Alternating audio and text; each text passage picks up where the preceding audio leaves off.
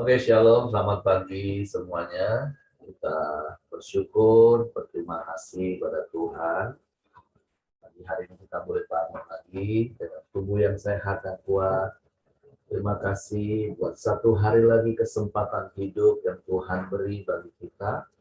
Untuk kita berkarya lagi bagi Tuhan di sepanjang hari yang baru. Dengan kita hidup bertekun di dalam firman, bertekun di dalam persekutuan, dan itu dimulai dari rumah kita sehingga kebenaran firman Tuhan digenapi dalam hidup kita, karena kesepakatan itu adalah kuasa kehidupan. Biar setiap kita mengalami kuasa Tuhan, karena ada kuasa persekutuan yang erat dalam hidup kita, dalam keluarga kita, di dalam keseharian, satu pikir, satu tujuan dalam hidup kita, sehingga kita boleh memuliakan nama Tuhan.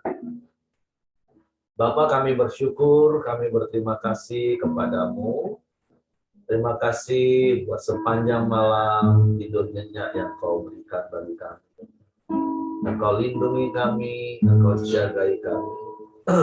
Engkau naungi kami dengan kasih-Mu. Engkau lingkupi kami dengan damai sejahtera-Mu. Engkau jagai kami dengan kasih setia-Mu dan kuasa-Mu. Sehingga sepanjang malam kami boleh tidur nyenyak. Bahkan Engkau pulihkan kekuatan kami. Engkau sempurnakan kesehatan kami. Hingga pagi ini kami boleh bangun dengan tubuh yang diberkati, dengan kekuatan kesehatan yang baru yang datang kepadamu. Sungguh Engkau Bapa yang baik bagi kami. Engkau sungguh baik, Engkau sangat baik. Engkau selalu baik bagi kami. Kami mau bersyukur, kami mau berterima kasih kepadamu. Kami hampiri tahta kasih karunia-Mu dengan hati bersyukur, dengan pujian penyembahan kami kepadamu. Terima kasih Bapa yang baik. Kami bersyukur sebab Engkau baik. Kau sangat baik, Kau selalu baik dalam hidup kami. Kami bersyukur.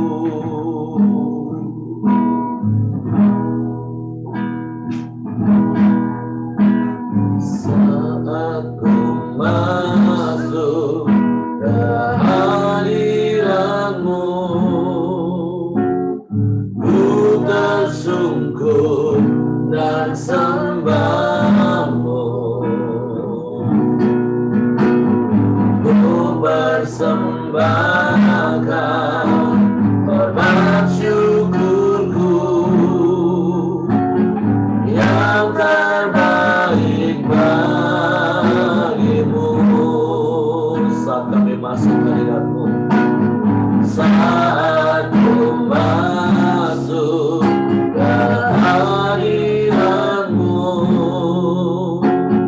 ku tersungkur dan sembah-Mu. Ku persembahkan korban syukurku yang terbaik bagimu. Ku bawa korban syukur ke tempat kudus-Mu Tuhan. Hatiku limpah dengan syukur, bahwa Tuhan baik. Oh, sebab Tuhan baik.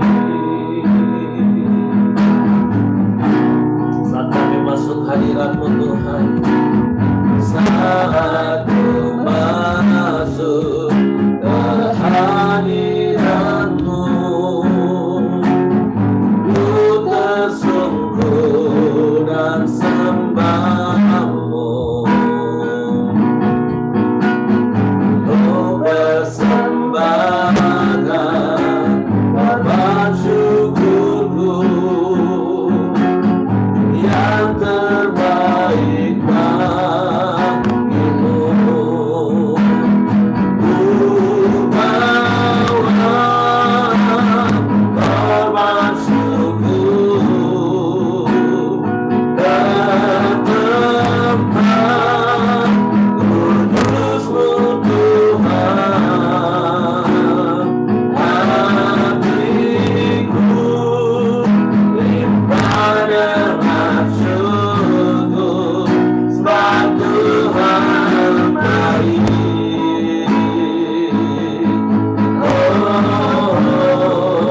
Sebab Tuhan baik. Saya mengatakan, saat kami masuk hadirat-Mu Tuhan, haleluya. Saat ku masuk ke hadirat-Mu, ku tersungkur dan sembah-Mu. Ku persembahkan korban syukurku yang terbaik bagimu. Ku bawa korban syukur ke tempat kudus-Mu Tuhan. Hatiku limpah dengan syukur, sebab Tuhan baik. Sebab Tuhan baik. Kami bawa korban syukur, haleluya. Ku bawa korban syukur ke tempat kudus-Mu Tuhan. Hatiku limpah dengan syukur, sebab Tuhan baik. Selamanya ku bawa korban syukur ke tempat kudus-Mu Tuhan. Hatiku limpah dengan syukur, sebab Tuhan baik.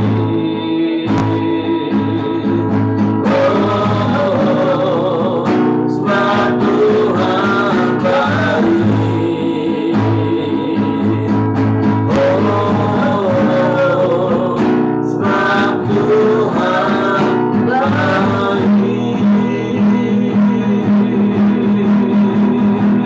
baik. Sebab Tuhan baik. Selamanya Engkau baik.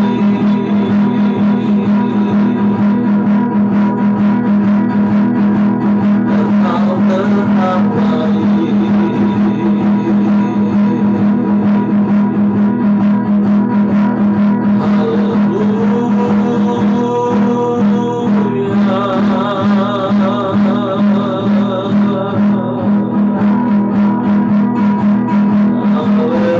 Haleluya.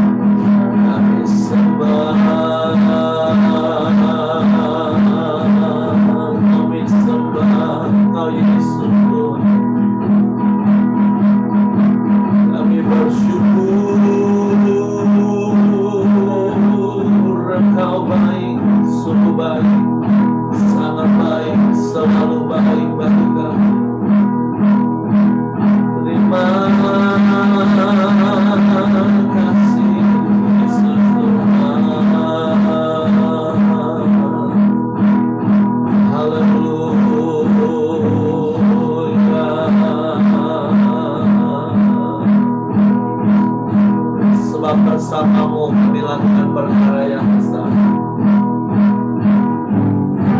Bersamamu kami mengatasi setiap badai hidup.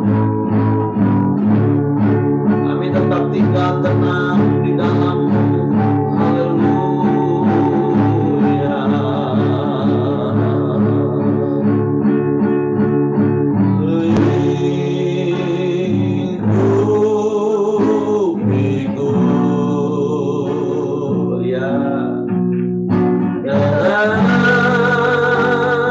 Sayang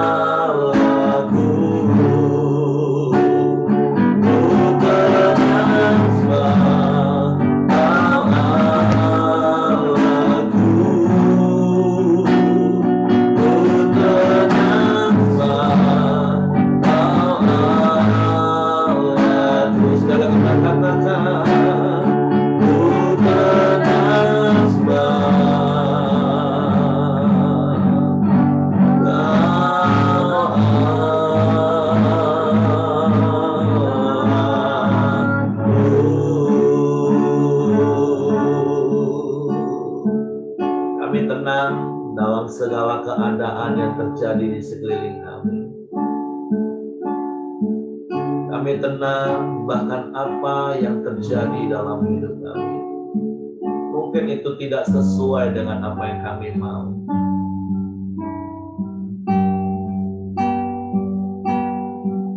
Bukan karena kuat kami, bukan karena gagah kami. Tapi sungguh karena ada Engkau, ada firman-Mu, ada Roh-Mu dalam hidup kami. Karena kami percaya Engkau Allah kami, Allah Immanuel. Allah yang beserta dengan kami. Allah yang sekali-kali tidak akan pernah meninggalkan dan membiarkan kami. Bahkan Engkau Allah yang tidak pernah terlelap dan tertidur untuk menjagai kami. Sehingga tidak ada satu kuasa pun di luar Engkau yang dapat menyentuh dan menjamah kami.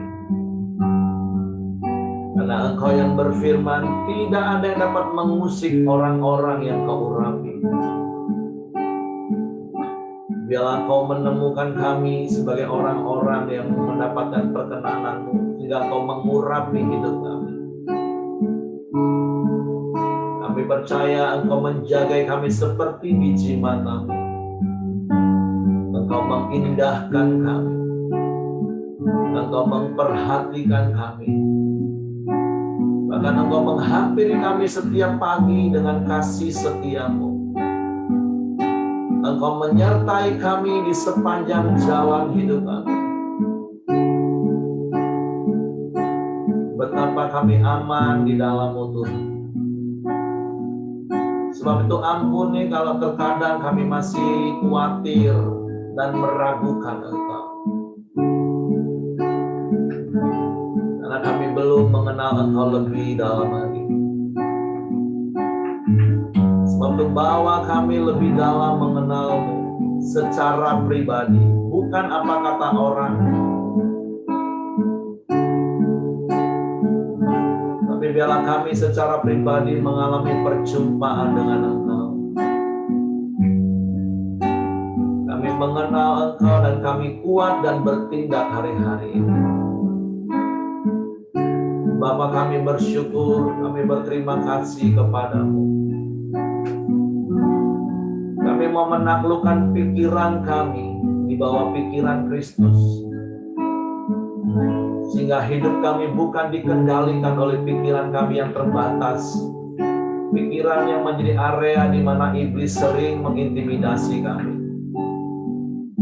Tapi biarlah hidup kami dikendalikan oleh firman-Mu yang ada di dalam hati kami. Sebab itu biarlah menjadi kesukaan bagi kami adalah firman-Mu dan merenungkannya siang dan malam. Kami tidak mau merenungkan perkara-perkara yang sia-sia yang terdengar di dunia ini, yang kami lihat. Tapi kami mau mendengar dan merenungkan firman-Mu saja.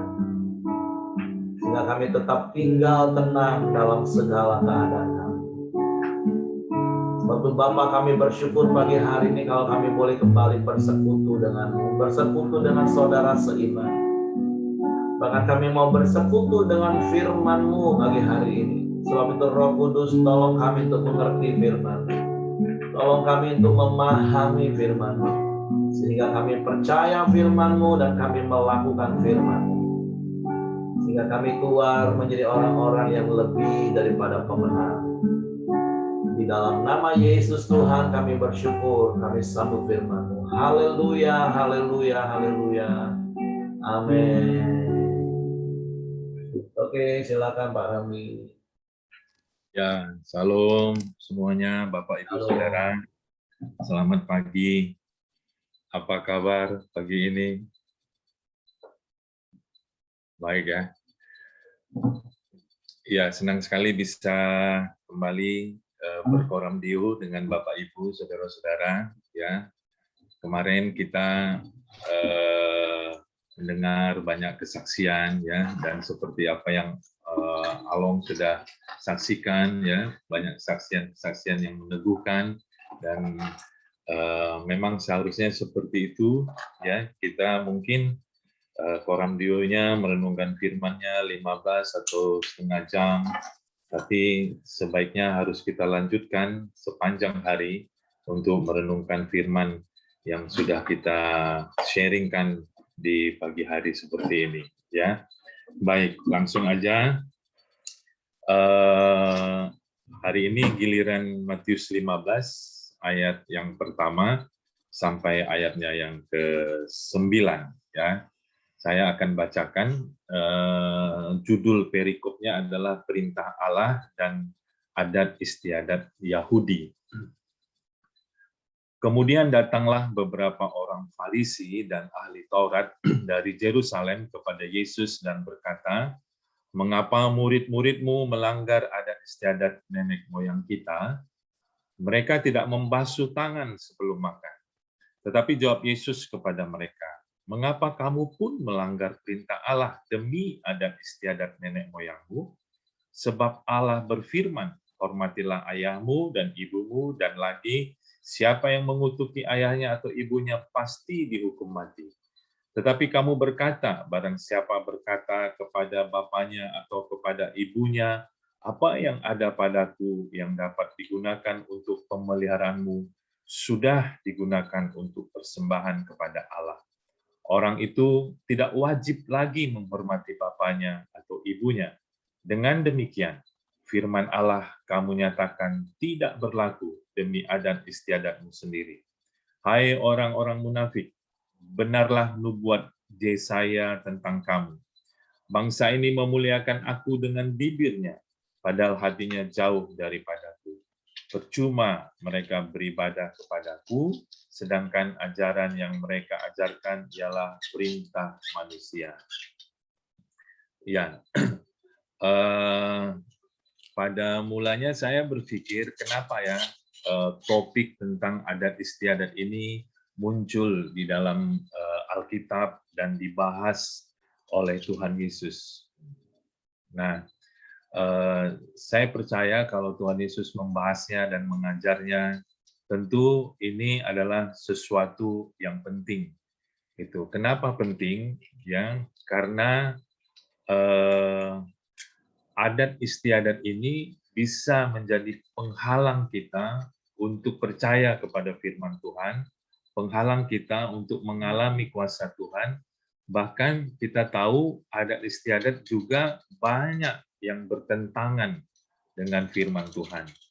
Nah, orang Yahudi adalah salah satu bangsa yang cukup kuat adat istiadatnya. Ya, kalau di Indonesia kami ini yang orang Batak juga cukup kuat. Katanya orang Batak itu niru-niru Yahudi ya, sama keras kepalanya ya. Kita juga tahu orang kita, teman-teman Chinese, Tionghoa juga adatnya sama-sama kuat. Nah ini makanya kita belajar ya hari ini. Tapi tentu saja nanti topiknya adalah hal yang penting. Jadi contoh adat misalnya di orang Batak ya bertentangan karena ada adat di mana bisa berkomunikasi dengan roh-roh nenek moyang ya. Nah, adat-adat ini kan juga kemudian bercampur dengan semacam mitos-mitos ya, mitos-mitos atau filsafat-filsafat ya, yang sayang sekali banyak juga orang-orang Kristen yang secara latah mempercayainya ya. Misalnya ya, nggak boleh foto bertiga, nanti yang di tengah bahaya ya, bisa meninggal. Ya. Nggak boleh, jangan buat acara tanggal 13, nggak bagus itu. Atau jangan beli rumah nomor 13. Jangan beli rumah tusuk sate. Nah, jangan beli rumah yang belakangnya lebar atau yang depannya lebar, belakangnya sempit, semacam itulah ya.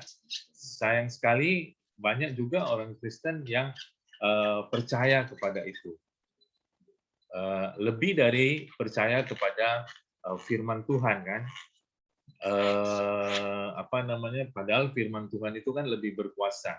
mau nomor 13, mau nomor 30, mau tusuk sate, mau depannya lebar, belakangnya sempit, berkat Tuhan itu tidak bergantung kan kepada itu. Kita tahu hal itu, ya. Apa namanya? Ya, banyak ya, banyak adat-adat ya, misalnya mencari hari baik, bulan baik, buka usaha, ya, buat acara kawinan, kita cari hari baik, bulan baik, ya. Seakan-akan ada hari yang tidak baik, ya, ada bulan yang tidak baik, gitu ya.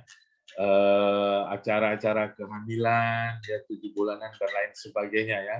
Kalau orang Batak ada acara Mangokal Holi, ya memindahkan tulang belulang, ya.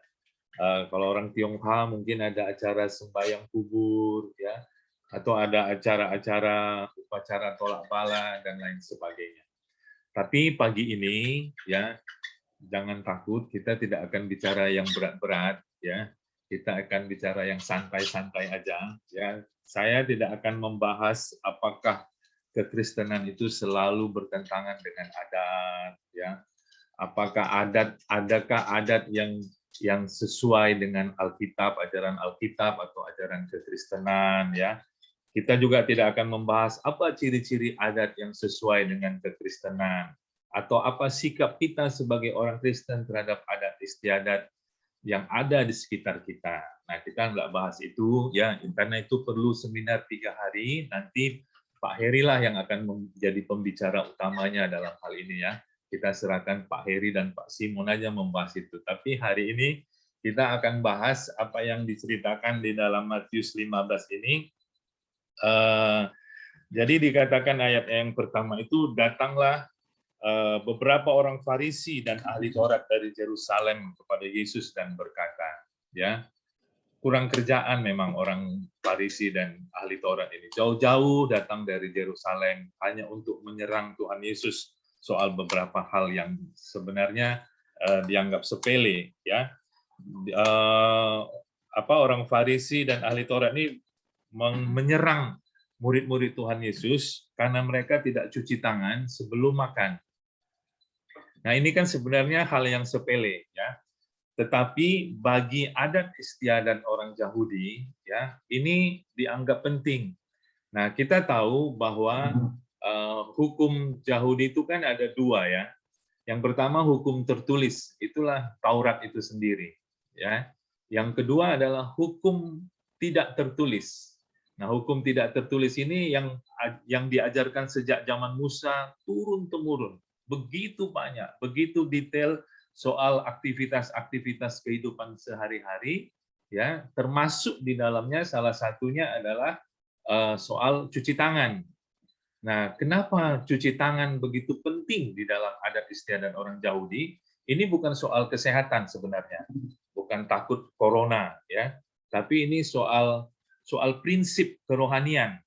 Kenapa? Karena katanya begini, tangan kita bisa menyentuh hal-hal yang najis, gitu, ya, tanpa sengaja ataupun dengan sengaja.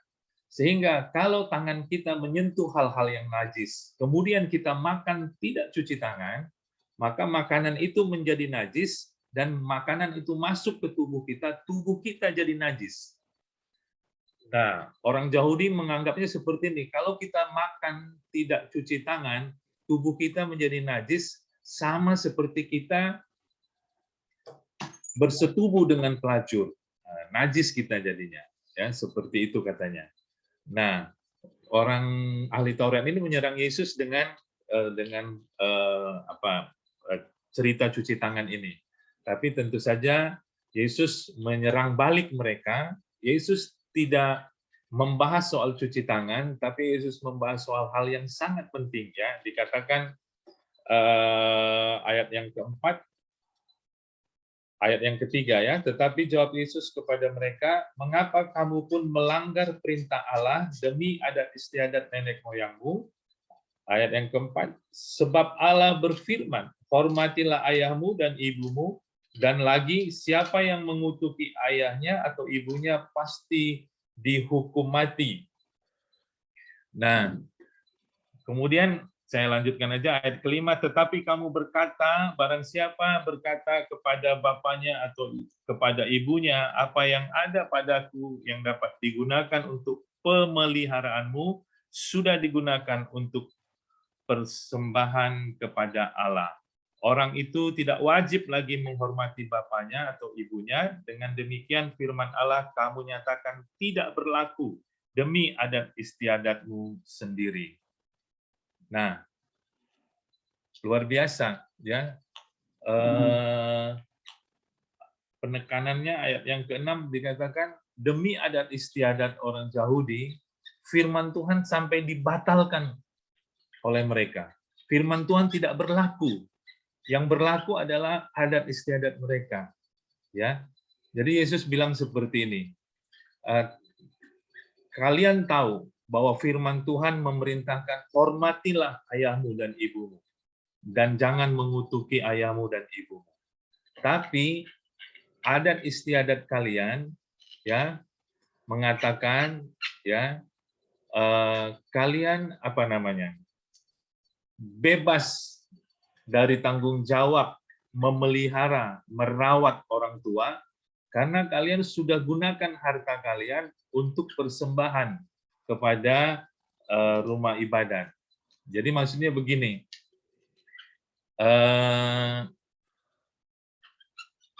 di adat Yahudi ada semacam kebiasaan tidak tertulis, ya. Kalau mereka punya harta, maka mereka boleh mendedikasikan hartanya untuk rumah ibadat gitu. Kalau zaman sekarang mungkin istilahnya janji iman gitu, janji iman.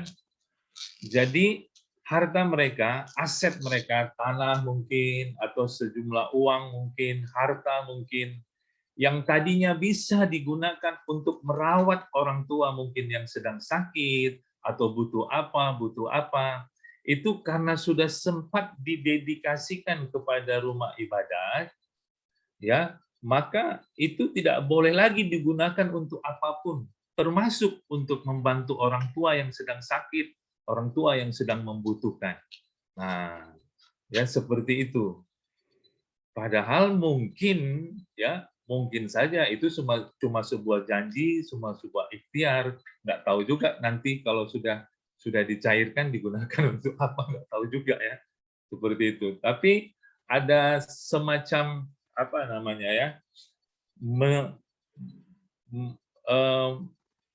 menolak firman Tuhan yang sudah jelas untuk menghormati orang tua, termasuk di dalamnya merawat, bertanggung jawab, mencukupi kebutuhannya, dengan alasan bahwa hartanya sudah nggak ada lagi, gitu. Sudah aku dedikasikan, sudah aku janjikan ini untuk persembahan rumah ibadat, gitu. Seperti itu. Nah, Yesus mengecam hal ini. Nah, dengan demikian dikatakan ayat yang ke-6, kamu mengatakan bahwa hartaku sudah tidak ada, aku tidak wajib lagi membantu orang tuaku. Aku sudah bebas dari tanggung jawab merawat orang tuaku. Makanya Yesus mengecam, dikatakan dengan demikian firman Allah kamu nyatakan tidak berlaku demi adat istiadatmu sendiri. Jadi firman Tuhan dibatalkan. Adat istiadat lebih hebat, lebih kuat daripada firman Tuhan. Ya, jadi ya itu mengerikan. Menurut saya cukup mengerikan. Jadi apa yang bisa kita pelajari di sini? Tentu kita belajar ya. Adat istiadat ini bisa samar dia, ya. Ini bisa menjadi dosa dosa kerohanian istilahnya, ya. Kesetiaan kepada Tuhan di satu sisi yang menyakiti hati Tuhan karena menyakiti sesama. Nah, ini tidak boleh, ya. Tidak boleh kita lakukan. Jadi kita belajar dari hal ini, ya. Nanti mungkin dalam diskusi kita bisa kasih contoh-contoh, ya. Tapi misalnya kita mau pergi ke gereja, kita mau komsel, ya, tiba-tiba ada tetangga yang butuh pertolongan, kemudian kita bilang maaf, saya mau pergi ibadah, saya nggak bisa tolong. Nah, ini sesuatu yang sepertinya kita setia kepada Tuhan, tapi kesetiaan kita menyakiti sesama, nah ini juga pasti menyakiti Tuhan, gitu ya. Seperti dikatakan di dalam 1 Samuel 15 ayat 22, dikatakan seperti ini, apakah Tuhan itu berkenan kepada korban bakaran dan korban sembelihan, sama seperti kepada mendengarkan suara Tuhan? Sesungguhnya mendengarkan lebih baik daripada korban sembelihan, memperhatikan lebih baik daripada lemak domba-domba jantan. Nah, jadi apa poin yang bisa kita pelajari dari kisah ini, dari perikop ini? Ya, tentu yang pertama kita perlu evaluasi, ya, evaluasi ulang. Apakah ada adat istiadat atau tradisi-tradisi yang kita pegang, termasuk tradisi-tradisi gereja, ya, yang memberi pengaruh atau dampak negatif terhadap hubungan kita dengan sesama. Ya, kita perlu kaji ulang, ya, kita perlu cek ulang, ya, supaya jangan tradisi-tradisi manusia itu bertentangan, ya, dengan kebenaran firman Tuhan. Kemudian kan tadi ahli Taurat itu dia seakan-akan melakukan kebaikan, mempersembahkan hartanya kepada rumah ibadat untuk untuk menghindari tanggung jawab merawat orang tuanya. Nah, di sini kita harus jujur. Apakah kita punya alasan-alasan baik yang sering kita gunakan untuk menghindari kepedulian kita kepada sesama, menghindari kepedulian kita kepada kepada keluarga kita, ya. Kita harus cek motivasi kita, ya, cek hati kita, ya.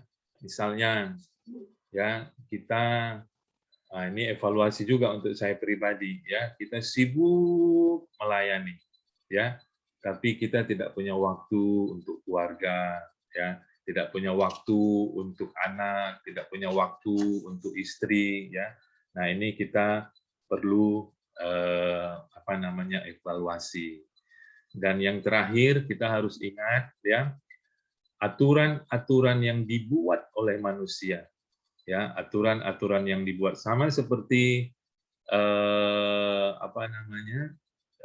yang cerita hukum Taurat tadi, ya, harta yang didedikasikan untuk rumah ibadat itu sebenarnya aturan-aturan Yahudi, ya, bukan bukan perintah daripada firman Tuhan, itu aturan-aturan Yahudi, ya, tapi mereka lebih taat kepada itu daripada taat kepada firman Tuhan yang mengatakan hormatilah orang tuamu.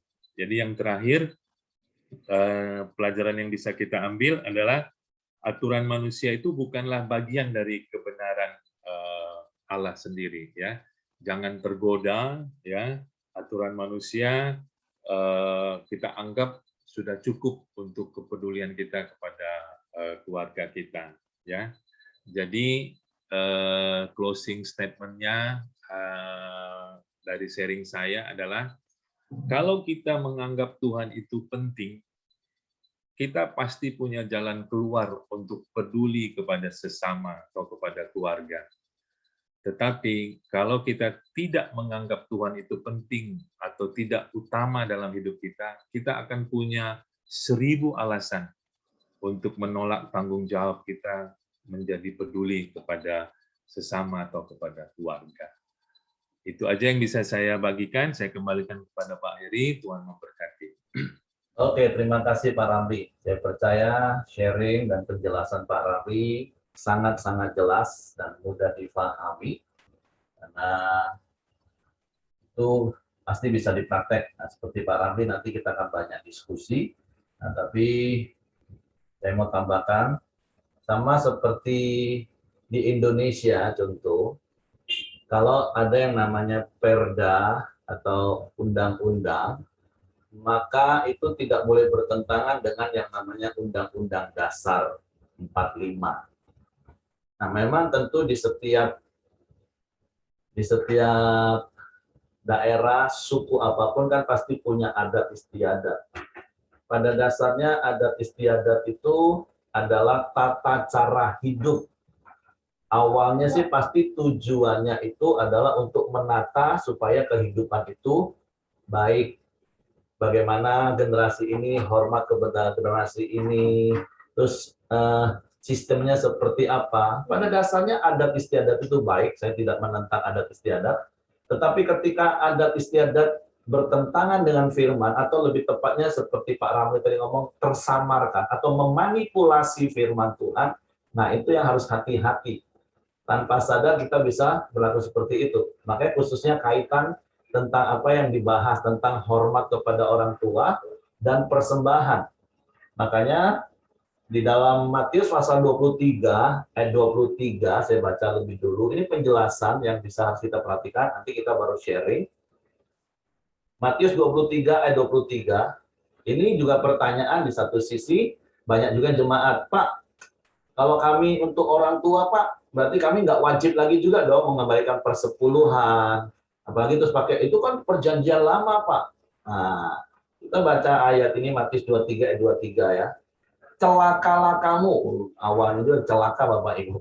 Hai ahli-ahli Taurat dan orang-orang Farisi, hai kamu orang-orang munafik, sebab persepuluhan dari selasi, adas manis, dan cinta kamu bayar, tetapi yang terpenting dalam hukum Taurat kamu abaikan, yaitu keadilan dan belas kasihan dan kesetiaan. Nah, perhatikan kalimat terakhir Yesus katakan apa? Yang satu harus dilakukan. Apa yang satu itu Bapak Ibu?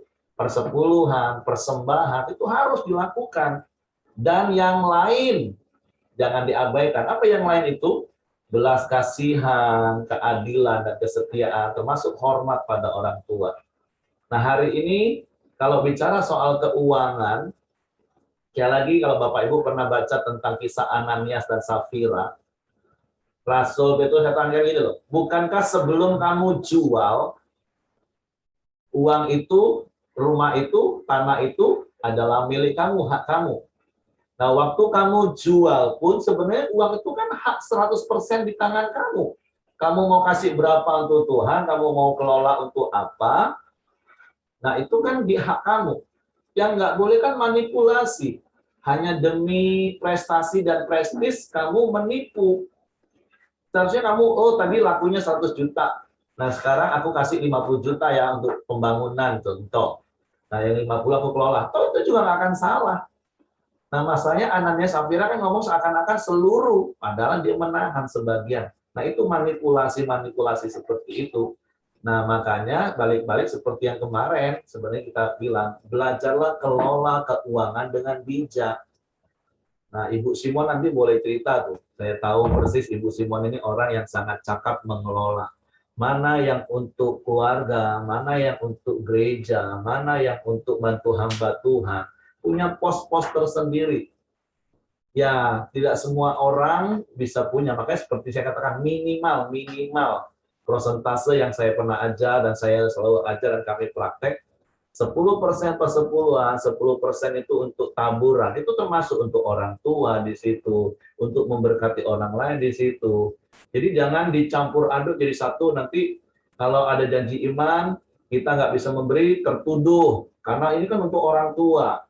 Nggak seperti itu. Atau sebaliknya, nanti wah supaya dilihat orang di gereja dia memberi, tapi orang tuanya diabaikan. Nah itu kan nggak benar. Itu manipulasi yang harusnya tidak boleh terjadi.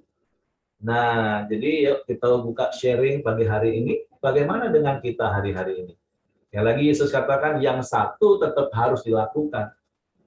Tapi yang lain jangan diabaikan. Sekali lagi seperti saya katakan tadi, perda yang ada di Indonesia, undang-undang yang ada di Indonesia itu nggak bakalan bertentangan dengan yang namanya Undang-Undang Dasar 1945.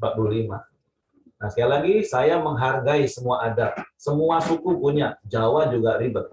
Nah, yang nggak boleh itu kalau adat itu mulai memanipulasi, apalagi itu berkaitan dengan tradisi penyembahan nenek moyang leluhur. Nah, itu udah jelas kan. Kita tahu itu, langsung tahu kita nggak bakalan lakukan hal itu. Seperti yang contoh-contoh di awal Pak Ramli tadi katakan. Tapi sampai hari ini saya lihat banyak juga orang Kristen yang batu-batu itu masih ada di hatinya. Yaitu paradigma-paradigma tadi, Walaupun mungkin secara logika, analisa, oke, jangan beli rumah tusuk sate, iyalah nanti ditabrak mobil kalau mobil remblong. Nah, itu logika sih bagi saya kenapa. Nah, terus foto nggak boleh bertiga. Nah, itu kan banyak hal. Tapi ya itu sih sebagian orang Kristen sudah paham. Tapi bicara tentang hal yang satu ini tadi, nah itu samar, bahasa Pak Ramli saya setuju, agak tersamar, tapi kita bingung. Nah, makanya jangan lupa ada 4 prioritas dalam hidup ini. Ini 4-4-nya harus ada, tapi 4-4-nya nggak boleh dibolak-balik urut-urutannya. Tuhan, keluarga, pekerjaan, pelayanan. Nah, kenapa saya bisa tahu? Karena dulu saya pelakunya, saya mencampur adukkan antara Tuhan dan pekerjaan Tuhan. Sehingga seperti Pak Ramli tadi katakan, wah sepertinya saya hebat pelayanan, tapi keluarga saya abaikan. Hubungan saya dengan anak rusak, saya dicap papa pending. Nah itu kan menjadi babak belur, nggak karu-karuan. Kenapa? Karena itu tadi, nggak bisa lagi membedakan prioritas, nggak bisa lagi membedakan antara adat dan firman. Dan itu kan tipis sekali, samar sekali. Nah itu yang sangat-sangat harus hati-hati. Nah, apalagi bicara tentang memelihara orang tua dan persembahan, itu tadi kata kuncinya kelolalah keuangan dengan bijak. Kalau memang dasarnya kita tulus mau memberi, pasti dua-duanya kita akan beri. Kepada Tuhan kita tetap harus lakukan, kepada orang tua kita tetap harus kerjakan. Itu yang Yesus ajarkan. Seperti itu. Nah, Ibu Simon mau cerita seperti yang saya katakan tadi? Dia kelola dengan bijak keuangannya, ada pos-posnya. Sehingga nggak ada benturan satu dengan yang lain. Kantung Doraemon, kaos kaki, kata. Ya, silakan, Cek. Puji Tuhan, selamat pagi semua. Pagi ini ya saya mau share tadi dari firman Tuhan Pak Ramli udah cukup jelas. Cuma kalau untuk mengelola keuangan, saya itu udah biasa dari sekolah dulu. Waktu SMA saya udah di Palembang, mama papa di Muara II. Jadi per bulan kita dikasih uang sekolah, uang urus rumah, semua masak. Dan saya nggak pernah jajan. Jadi setiap kita terima uang itu, saya punya pos untuk cukup 30 hari. Jadi nggak seperti orang, oh ini udah bulan tua, nggak ada uang lagi gitu ya. Tapi kita sudah poskan untuk setiap hari kita belanja semua ke biaya apa itu. Nah itu sudah ada cukup 1 hari itu, itulah harus kita kelola. Dan kalau ada uang lebih baru kita beli baju, beli apalah gitu. Nah itu terbiasa saya bawa dalam rumah tangga saya. Dan memang di dalam rumah tangga kita masuk dalam rumah tangga kita punya bisnis, tapi bisnis itu saya juga diajar sama suami untuk kelola keuangan per bulan itu berapa. Nah di situ saya kelola untuk bisa cukup untuk pelayanan, untuk keluarga, anak sekolah, untuk mama papa, untuk mama, kedua mama, dan untuk ipar-ipar, adik ya. Nah, jadi caranya saya itu pertama kalau terima uang, pertama itu harus perpuluhan. Nah, kedua kita ambil lagi 10% buat pelayanan, buat bantu yang susah, dan selebihnya itu kelolalah dalam per bulan itu ya. Nah, itulah yang saya kelola keuangan itu dari suami. Nah, kalau lebihnya itulah baru kita boleh buat yang lain ya. Tapi kalau nggak ada, kita cukupkan apa yang ada pada kita. Jadi jangan kita hidup kita itu seringkali memalukan Tuhan gitu ya. Nah, begitu juga buat anak-anak kita sekolah, saya juga didik anak dalam mereka sekolah waktu itu di luar kota ya. Itu saya kasih per bulan, mereka aturlah sendiri gitu. Pokoknya 1 bulan gitu. Saya banyak dengar orang tua, dia kasih anaknya sekali kasih itu 6 bulan gitu. Tapi baru 1 bulan sudah minta kirim lagi gitu. Jadi mama-mama sering tanya, gimana ibu anaknya sekolah di luar gitu ya. Ya saya bilang saya kasih per bulan, tapi saya nggak mau tahu, kamu uruslah kalau lebih. Sama seperti saya mengelola keuangan, mereka juga kelolanya seperti itu. Selebihnya kamu mau beli apa, itulah gitu. Jadi sampai sekarang itu nggak jadi kesulitan gitu ya, meskipun dalam keadaan situasi masa pandemik begini, kebanyakan kan orang mengeluh sekarang susah gitu, memang susah gitu, tapi ya cukupkanlah apa yang ada pada kita gitu, kita kelola dengan baik, kita aja gitu Han. Jadi kata kuncinya pengelolaan kalau bicara tentang memberi kepada Tuhan, kepada keluarga. Nah, masanya banyak orang, berkali-kali saya ajar begini, kalau keuangan kita meningkat, harusnya yang pertama meningkat itu adalah pemberian. Tapi masalah apalagi zaman sekarang, anak-anak milenial, gaya hidup. Kan berkali-kali saya katakan, hidup itu murah, tapi gaya hidup itu mahal. Kalau sama seperti 4 prioritas tadi, Tuhan, keluarga, pekerjaan, dan pelayanan, empat-empatnya harus ada dan tidak boleh dibolak-balik. Sama tentang pengelolaan keuangan. Prioritasnya jelas, Tuhan, keluarga, nah baru yang lain-lain, gaya hidup. Ini enggak, kadang demi gaya hidup, yang lain diabaikan. Nah, kalau kami lebih baik, setengah tahun nggak ke mall, setengah tahun kami nggak keluar makan, tapi kami bisa tetap menabur dan memberi. Itu jauh lebih prioritas. Nah, maka seperti Pak Ramli tadi katakan, contoh kecil nih. Kalau seandainya kita mau ibadah, ada tetangga yang kesusahan. Nah, gimana kalau Bapak Ibu? Tetap ibadah, sorry ya. Apalagi lebih celakanya seperti ini. Sorry, kami mau pergi liburan ya, nanti kami doakan. Ya, anggaplah, Pak, kami tutur sudah dibayar. Ya, oke, tapi kan berarti kamu punya uang saku yang harusnya tadi kamu bawa untuk pergi liburan. Ya sudahlah, sisihkan uang saku kamu, tolong yang sakit. Bukan cuma sekedar kamu doain. Nah, itu contoh-contoh praktis dalam hidup ini, Bapak Ibu. Oke, silakan Bapak Ibu boleh diskusi di sisi-sisi yang lain. Dalam praktek gaya hidup hari-hari kita.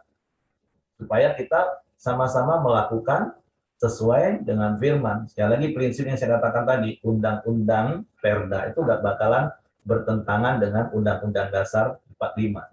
Semua adat istiadat harusnya tidak boleh bertentangan dengan firman Tuhan. Sebagai itu adat tertinggi dalam tanda kutip ya. Aturan hidup tertinggi, kan firman Tuhan itu aturan hidup tertinggi. Oke, Bu Mirianti silakan. Ya, terima kasih, shalom semuanya. Saya mendapatnya itu di sini, ketika Tuhan Yesus menegur orang-orang Farisi dan ahli Taurat di ayat 3 ya. Tetapi jawab Yesus kepada mereka, mengapa kamu pun melanggar perintah Allah demi adat istiadat nenek moyangmu?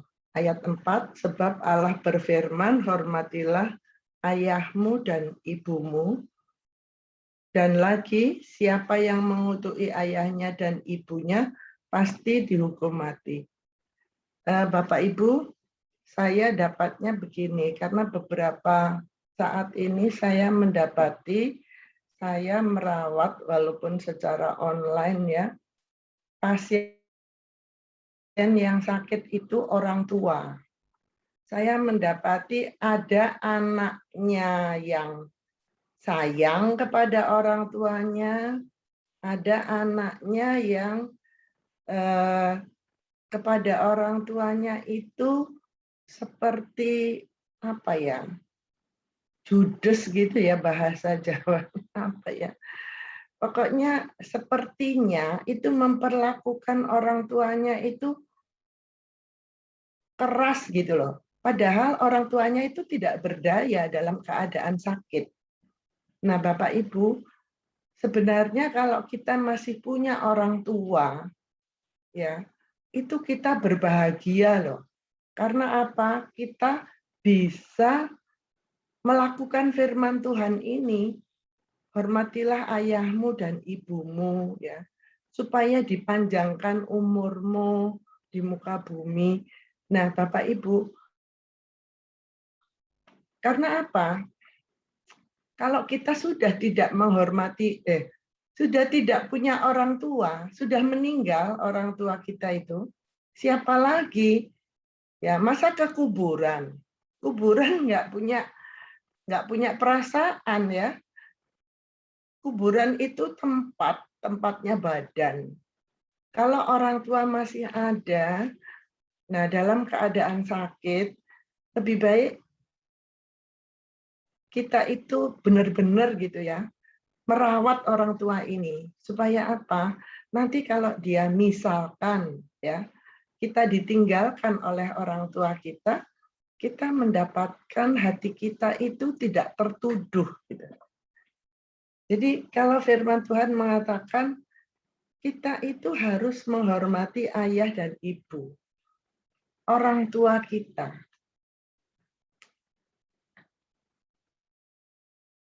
Itu perintah Tuhan. Nggak bisa. Oh, aku juga sakit kok. Harus merawat kamu yang sakit, misalkan gitu ya. Nggak bisa. Firman Tuhan mengatakan, hormatilah ayahmu dan ibumu. Ya, kita harus merawat orang tua kita yang sakit dengan kasih sayang. Tuhan kan mengatakan, kasihilah sesamamu manusia seperti dirimu sendiri. Bahkan kasihilah sesamamu seperti aku mengasihi engkau. Nah, Bapak Ibu, saya dapati banyak sekali keadaan pandemi ini bisa memulihkan keluarga. Bisa kita itu melakukan firman Tuhan di dalam keluarga kita. Kalau dalam pribadi saya, Bapak Ibu ya, anak-anak saya itu tinggalnya jauh-jauh dari saya. Tinggal saya berdua sama suami. Nah, keadaan pandemi ini sebenarnya menguntungkan di dalam keluarga saya. Saya lebih banyak berkomunikasi dengan suami. Saya memperkatakan firman Tuhan, walaupun kami tidak sama-sama ya duduk di depan Bapak Ibu, tapi saya memperkatakan firman Tuhan. Saya mengirimkan nanti Pak Heri kan terakhir dia mengirimkan ya firman Tuhan hari ini dan aplikasi apa yang kita lakukan dalam hidup ini, itu saya kirimkan kepada anak-anak yang jauh, 3 kan anak saya, kepada teman-teman, saudara-saudara, saya kirimkan itu. Nah, Bapak Ibu, menyatakan kasih itu adalah perintah Tuhan. Yang saya dapatin itu sehingga kalau kita tidak melakukan firman Tuhan, wah, sungguh suatu hal yang membuat kita nanti tertuduh ya Bapak Ibu. Itu yang saya dapati Pak Heri, karena melakukan firman Tuhan ternyata sejalan dengan apa keadaan hari-hari ini yang harus kita lakukan. Terima kasih. Oke, sip. Terima kasih Bu Ferianti. Kita diteguhkan ya. Oke, yang lain mau tambahkan sesuatu berdasarkan pengalaman atau ada pertanyaan yang bingung selama ini, harusnya betulnya seperti apa sih Pak? Nah boleh, kan kita ada banyak teman-teman yang bisa menolong berdasarkan pengalaman untuk bisa jadi inspirasi. Karena topik pagi hari ini kan memang cukup apa ya bagi saya ya, itu penting, sangat penting, dan itu sangat aplikatif hidup hari-hari. Seringkali banyak kita bingung nih, sebenarnya yang mana Pak ya? Banyak orang itu susah membuat prioritas, skala prioritas. Oke, Ibu Ramli mau tambahkan? Ya, yang saya dapat ya dari saat teduh kita pagi ini, kenapa ada orang yang lebih taat ya melakukan adat istiadat daripada perintah Tuhan. Nah, pada umumnya menurut saya ini ya, itu karena motivasi yang salah. Motivasi yang salah itu misalnya jujur aja di dalam adat istiadat dia yang misalnya nih, bukan misalnya yang saya ikuti secara adat istiadat orang-orang Getami dan di sini supaya dilihat orang begitu loh, supaya dapat pengakuan dari di depan umum, supaya kayak dipuji orang, kayak diangkat-angkat orang begitu. Nah, jadi motivasi hati kemungkinan besar motivasi hati orang Farisi dan ahli Taurat ini juga supaya kelihatan loh namanya menyumbang di sinagognya mungkin ya kita apa. Nah, kebanyakan itu motivasinya. Dan misalnya menentukan hari-hari baik itu takut mungkin maksudnya takut apa dikatakan orang lah, takut kena kutuk lah, takut kena bala lah, takut dapat bala lah. Nah, jadi sebenarnya itu dimulai dari hati yang kayak kata Pak Ramli tadi, tidak mengutamakan Tuhan di dalam hidupnya gitu. Jadi motivasi seseorang biasanya ketika melakukan adat istiadat supaya kemungkinan besar supaya diterima oleh orang-orang banyak atau dipuji-puji oleh orang banyak atau disanjung-sanjung dan segala macamnya. Itulah untuk kepuasan ego lah kalau menurut saya ya, yang bisa saya dapat hari ini gitu. Jadi mari hari ini kita harus belajar untuk lebih tunduk kepada firman Tuhan daripada kepada adat istiadat yang tidak sesuai dengan kebenaran firman. Menurut saya sih itu yang mau saya tambahkan, kira-kira begitu. Terima kasih. Oke, terima kasih Bu Ramli. Ini dalam ini ya, Bapak Ibu ya. Ini bicara soal motivasi. Hanya kita yang tahu. Tapi ya balik-balik kita harus belajar tunduk kepada firman Tuhan seperti itu. Karena memang untuk adat istiadat kan jelas dilihat orang dan bisa dipuji. Kalau untuk Tuhan, Tuhan juga nggak bakalan orang nggak lihat saya lakukan untuk Tuhan, itu kan urusan pribadi. Itu kan kadang menjadi alasan-alasan klise. Tapi balik-balik seperti Bu Ramli bilang, ini bicara motivasi, kita yang tahu nih. Lebih baik kita hidup di dalam penilaian Tuhan daripada kita hidup di dalam penilaian manusia. Jangan hidup apa kata orang, tapi hiduplah apa kata firman. Saya cuma mau tambahkan sesuatu, silakan saya.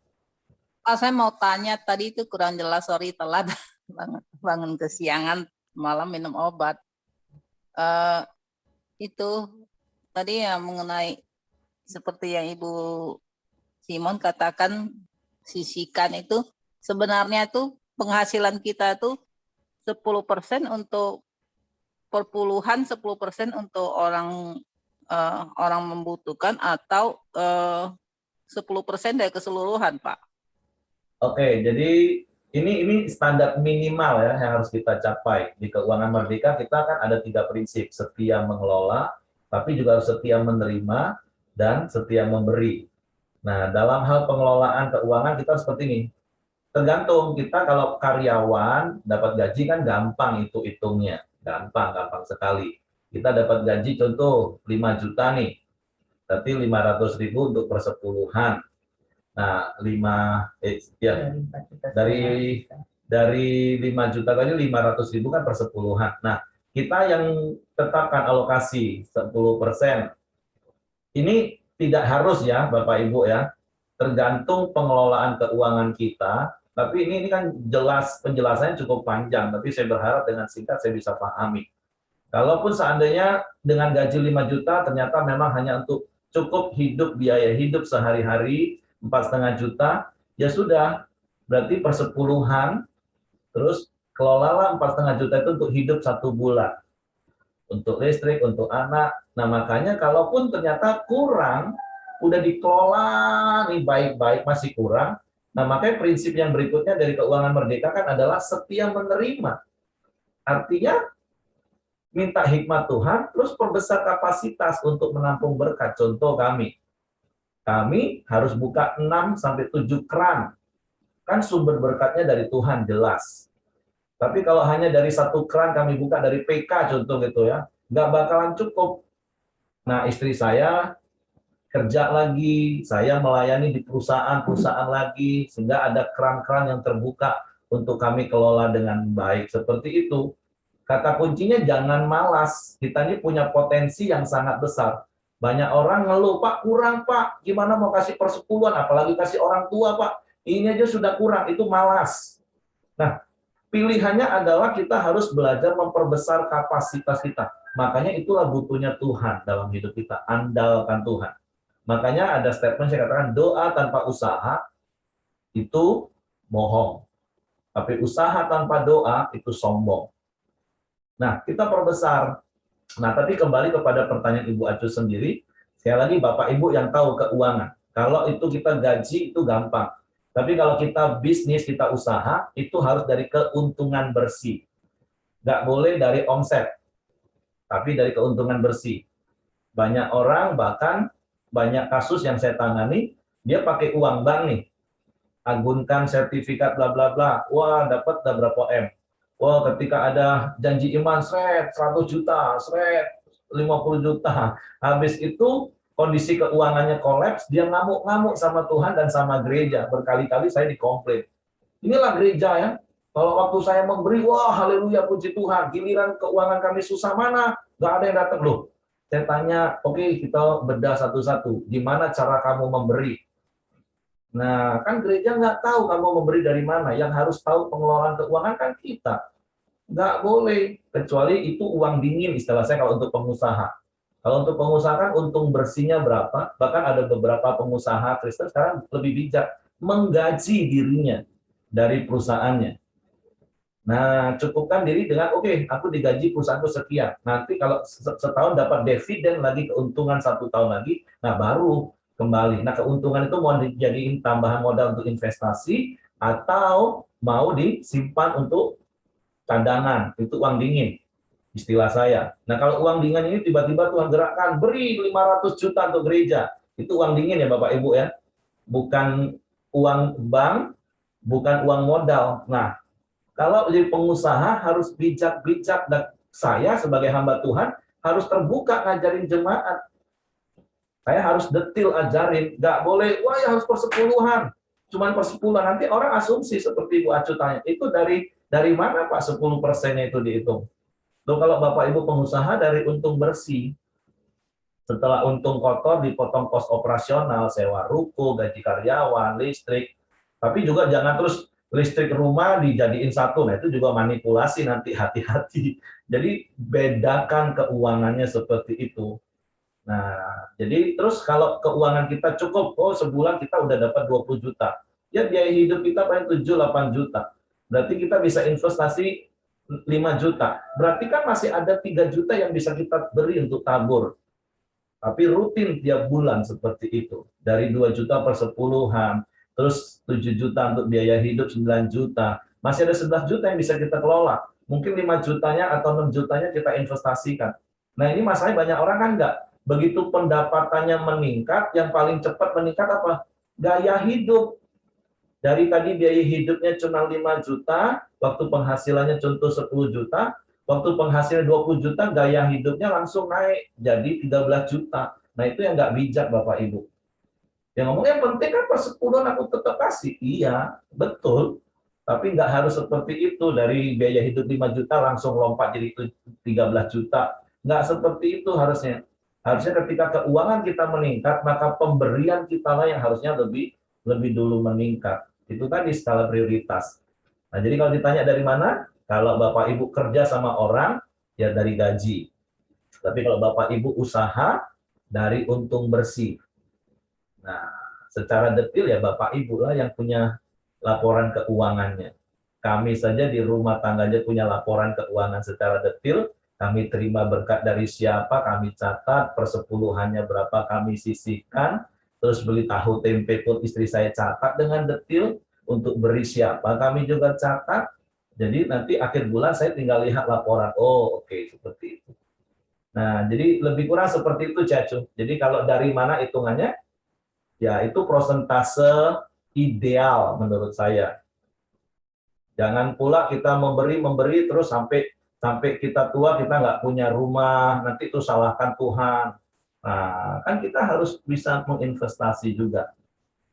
Jangan juga gaya hidup sampai kelewatan, akhirnya tidak bisa memberi. Nah, inilah butuhnya bijak mengelola keuangan. Makanya prinsip keuangan merdeka itu kan berkali-kali saya katakan, bukan berapa banyak uang kita, tapi seberapa sehat pengelolaan keuangan kita.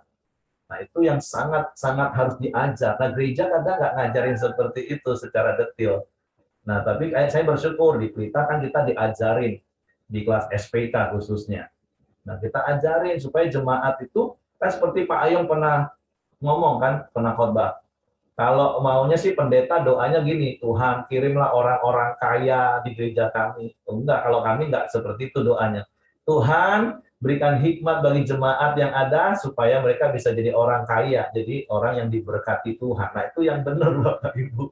Ini kadang pendeta doanya cuma minta supaya yang dikirim orang kaya. Akhirnya rebutan orang kaya. Gereja A, gereja B, wah orang kayanya dikejar-kejar kayak apa aja. Harusnya berdoa, terus ajarin jemaatmu supaya jemaat Tuhan yang dipercayakan pada penggembalaanmu itu jadi orang kaya semua. Walaupun secara pribadi, saya sih tidak suka memakai kata kaya. Saya lebih suka memakai kata orang diberkati.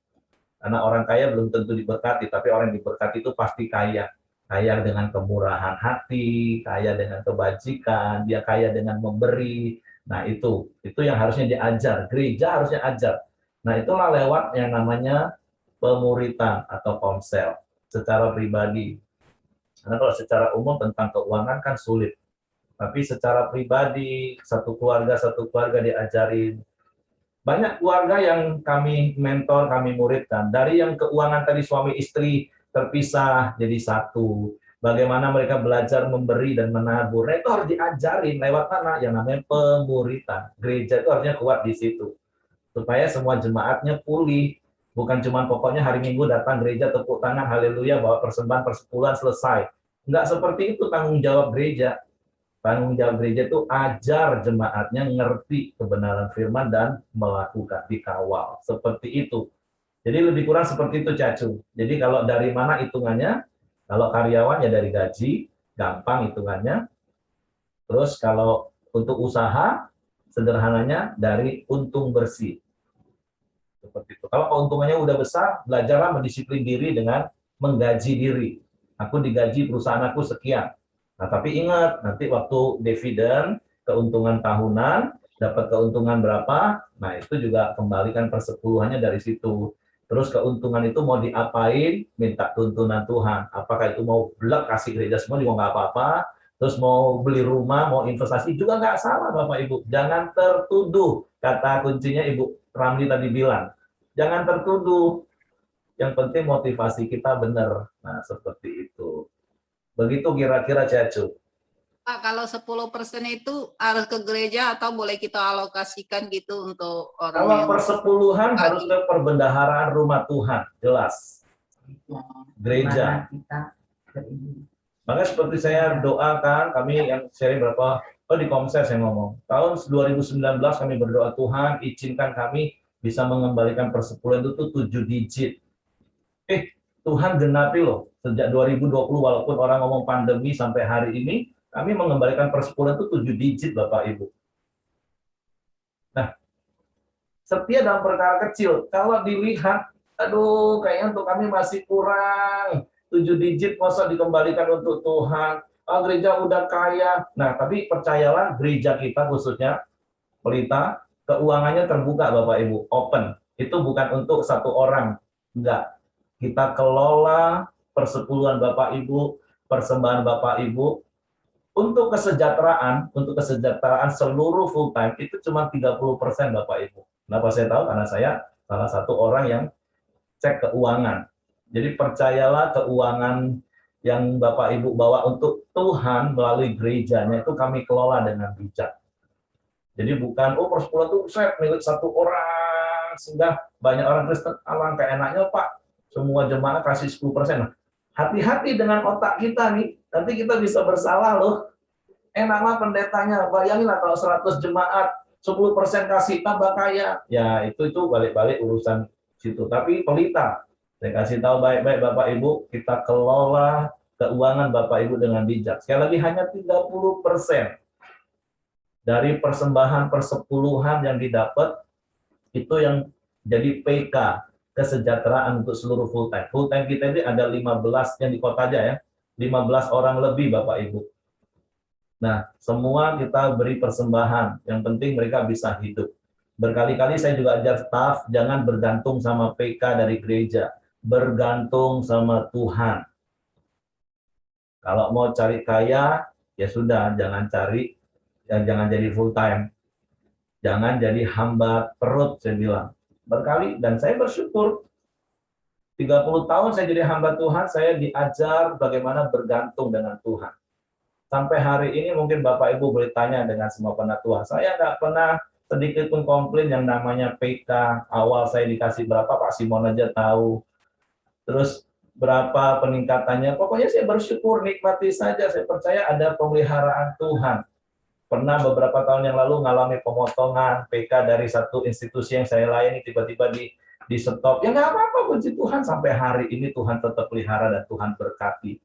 Jadi saya punya prinsip, ketika kita beraktivitas, Tuhan kasih fasilitas. Saya nggak mau menuntut fasilitas untuk bisa beraktivitas.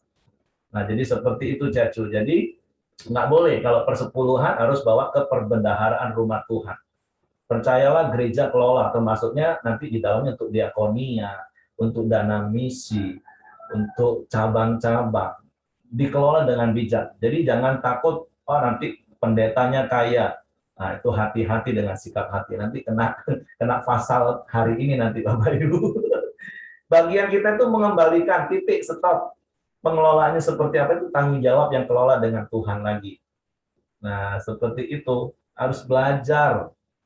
Ini bukan bicara soal murah hati. Kalau persepuluhan itu bukan persembahan loh ya. Firman Tuhan nggak pernah bilang persepuluhan itu persembahan. Kita harus mengembalikan milik Tuhan. Kalau memang kita nggak mengembalikan, maaf, namanya kita pencuri punya Tuhan, perampok punya Tuhan. Wah, ini nanti agak keras nih. sorry. Tapi itu bukan persembahan, itu belum bicara soal persembahan. Kalau persepuluhan seperti itu, ya setialah dalam perkara kecil. Sejak jadi hamba Tuhan, ya bukan ini cerita Bapak Ibu ya. Boleh cek. Ini bukan untuk sombong.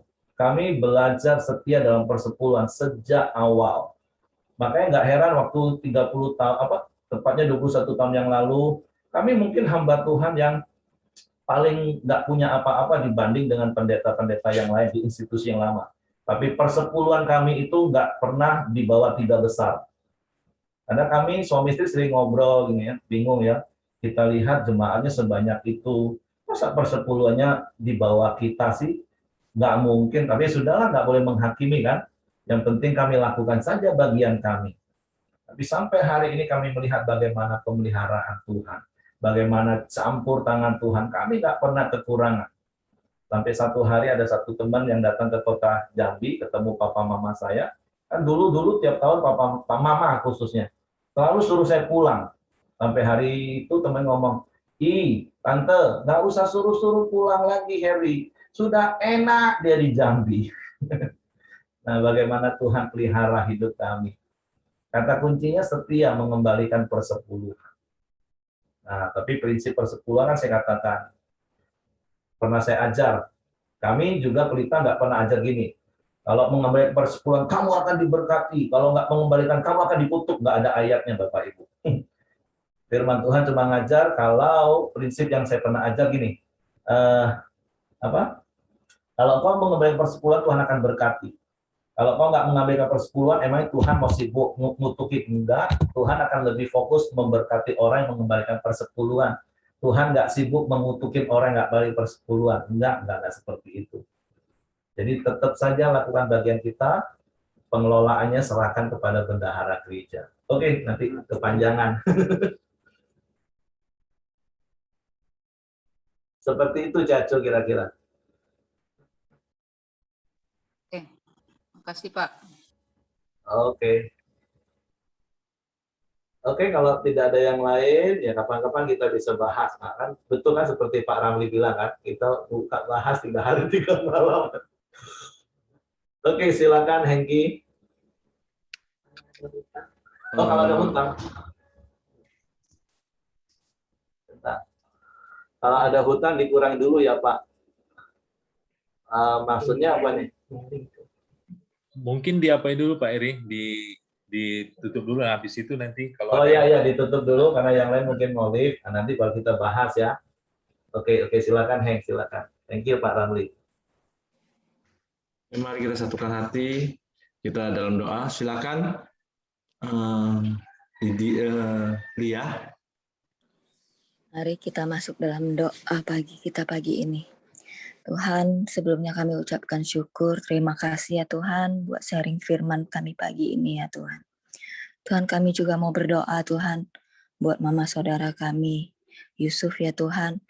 Kami percaya Tuhan kuasa kesembuhan-Mu terjadi atas Mama Yusuf ya Tuhan. Kau akan menyembuhkan dia dari sakitnya ya Tuhan. Tuhan, kami juga berdoa buat Mama Selvin ya Tuhan, yang saat ini sedang dirawat di Siloam ya Tuhan. Kami juga percaya Tuhan, kuasa kesembuhan-Mu akan terjadi atas hidup Mama Selvin ya Tuhan.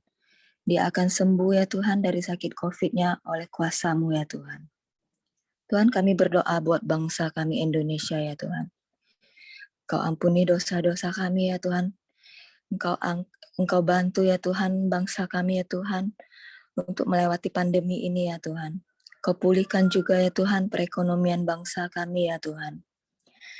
Mari kita doa Bapa kami. Bapa kami yang ada di surga, dikuduskanlah nama-Mu. Datanglah kerajaan-Mu, jadilah kehendak-Mu di bumi seperti di surga. Tuhan, berikanlah kami pada hari ini makanan kami yang secukupnya, dan jauhkanlah kami daripada pencobaan ya Tuhan.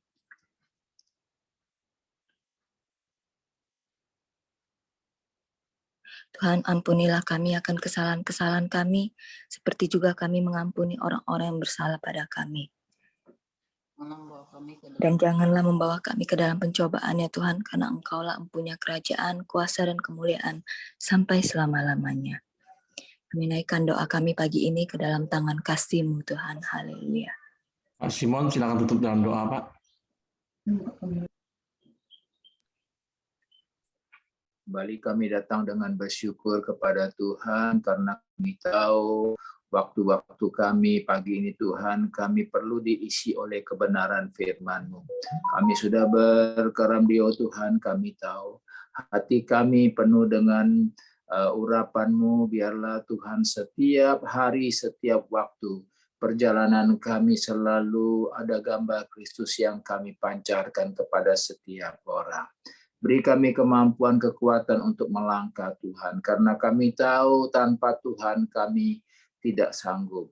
Biarlah setiap kami Tuhan pada pagi hari ini kami mau ada penyerahan hidup kami, ada pengertian di dalam setiap langkah kami, sehingga apa yang kami lakukan, apa yang kami imani Tuhan tidak akan sia-sia. Terima kasih Tuhan, berkati keadaan setiap apapun kami Tuhan, karena kami tahu hidup kami sudah bergantung kepada kebenaran-Mu Tuhan. Di dalam berkat nama Tuhan Yesus Kristus kami sudah berdoa mengucap syukur. Haleluya. Amin. Oke, bagi Bapak Ibu yang mau live karena ada kegiatan silakan. Nah, tapi kalau ada yang masih mau diskusi, karena ini ada pertanyaan ini. Kalau ada hutang dikurangi dulu Pak. Apanya yang dikurangi nih? Total. Dari untung bersihnya dikurangin dulu ya Pak ya? Oh bukan. Hutang itu hutang untuk apa dulu nih? Hutang bisnis, hutang modal, atau hutang pribadi. Nah, jadi kalau itu hutang bank, yaitu masuk kepada kos operasional. Tentu cicilan hutang banknya sekian, itu masuk operasional. Tapi kalau itu hutang untuk kepentingan pribadi, nah itu ditanggung di dalam keuangan kas pribadi. Jadi tidak boleh dicampur aduk. Tapi intinya sih seperti ini. Ya, intinya sih seperti ini sih menurut saya. Ini kan bicara sikap hati. Perpuluhan itu kan bukan bicara lagi 10%. Apalagi kalau ada orang yang ngomong perjanjian baru gimana Pak? Oke, kalau mau perjanjian baru saya kasih ayatnya Roma 12 nanti. Seluruh hidupmu persembahkan kepada Tuhan. Nah, tapi kan Yesus aja ngajarin persepuluhan. Kami pernah nggak utang persepuluhan kalau itu bicara tentang utang? Artinya waktu kami sebelum menikah kan kami hanya bayar DP.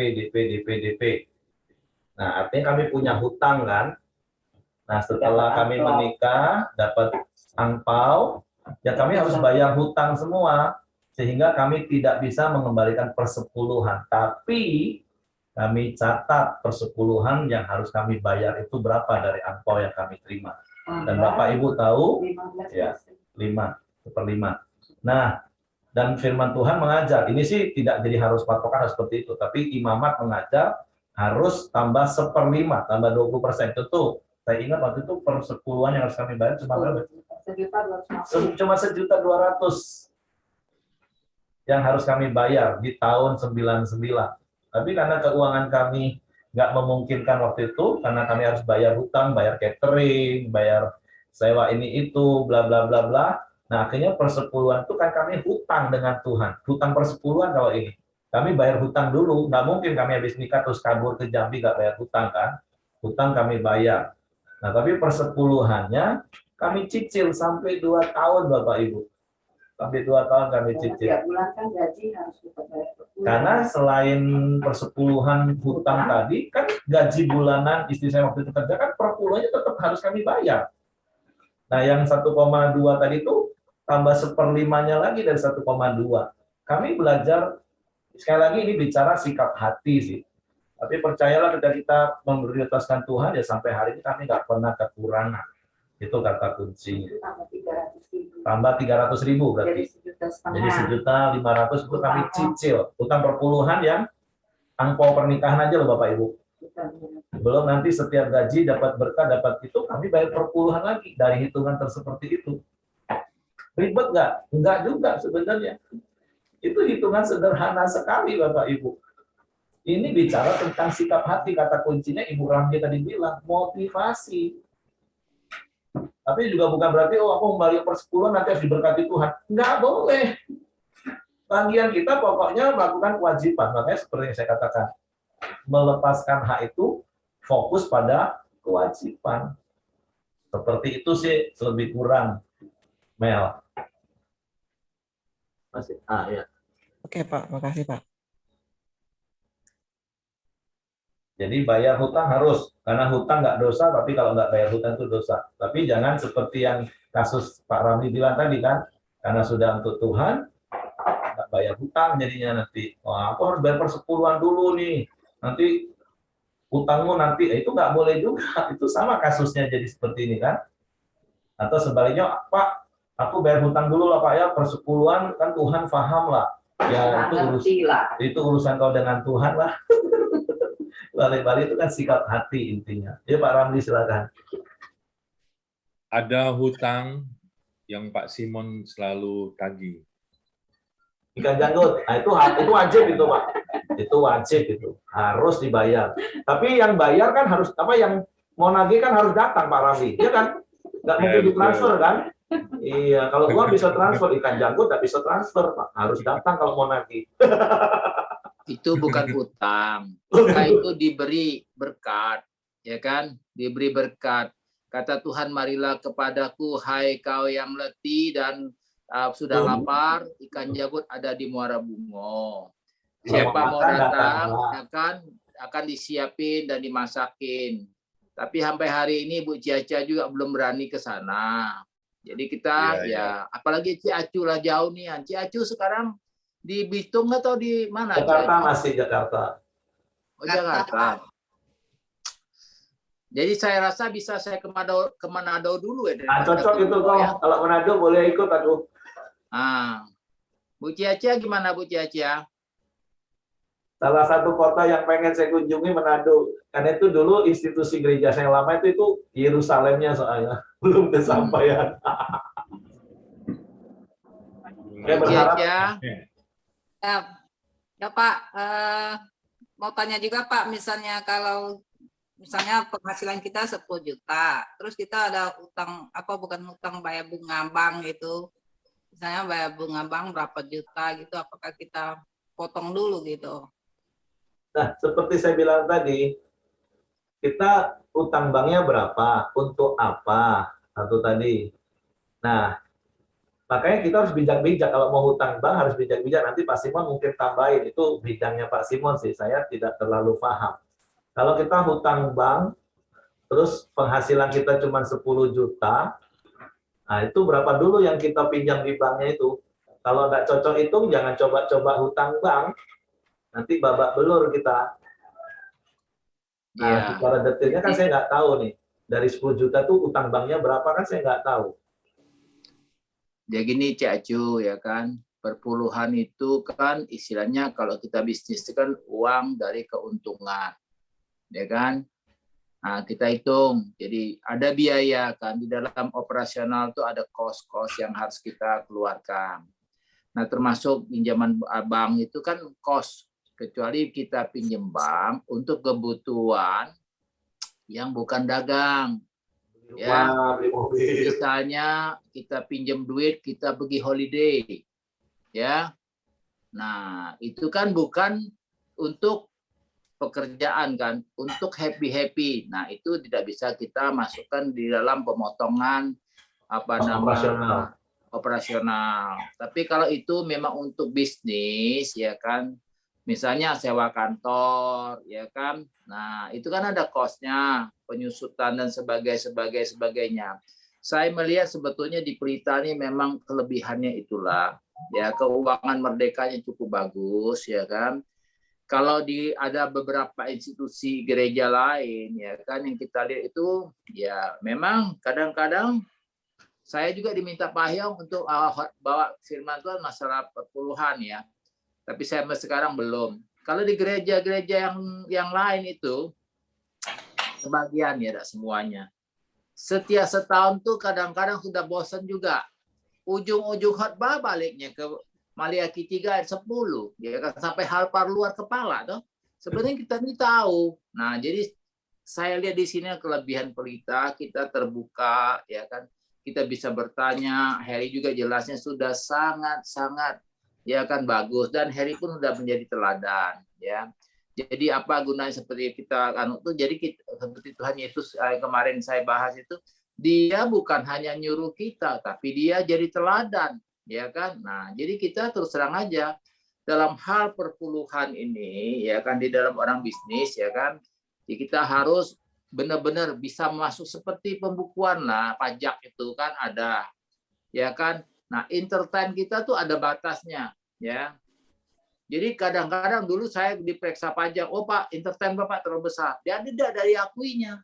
Karena itu ada entertain tuh ada dalam kapasitas berapa persen, ya. Di luar itu kan kadang-kadang orang suka cari biaya. Oh, untuk besar biaya entertain besarin. HP saya dulu ya 1 bulan tuh 6 juta, ya kan.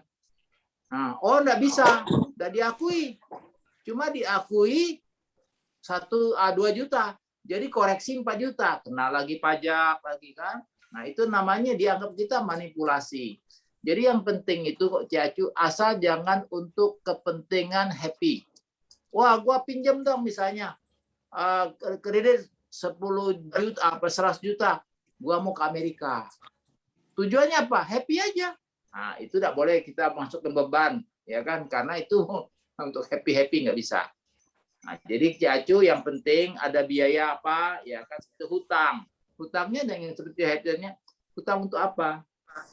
Ya kan?